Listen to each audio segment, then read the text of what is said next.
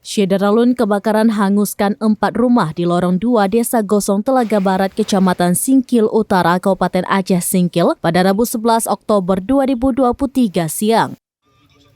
Kebakaran tersebut memancing kepanikan warga. Warga berjibaku memadamkan api menggunakan peralatan seadanya sambil menunggu kedatangan mobil pemadam kebakaran dari Pos Singkil Utara dan Pos Singkil.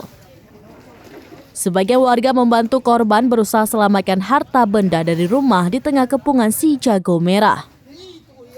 Lokasi kebakaran berada di pinggir jalan sehingga memicu terjadinya kemacetan. Petugas kepolisian selain membantu memadamkan api juga sibuk mengatur kendaraan. Berdasarkan data sementara ada 4 rumah yang terbakar. Masing-masing rumah Masudin, Iwan, Inang, dan Puta. Dari 4 rumah tersebut 2 diantaranya rata dengan tanah akibat amukan si jago merah, yaitu rumah Iwan dan Masudin. Api sudah berhasil dikendalikan sehingga tak menyebar ke rumah lain yang berdekatan. Sementara itu tangis histeris terdengar dari korban kebakaran. Mereka tak kuasa melihat rumahnya menjadi arang. Dari Aceh Singkil, Dede Rosadi, serambinus.com.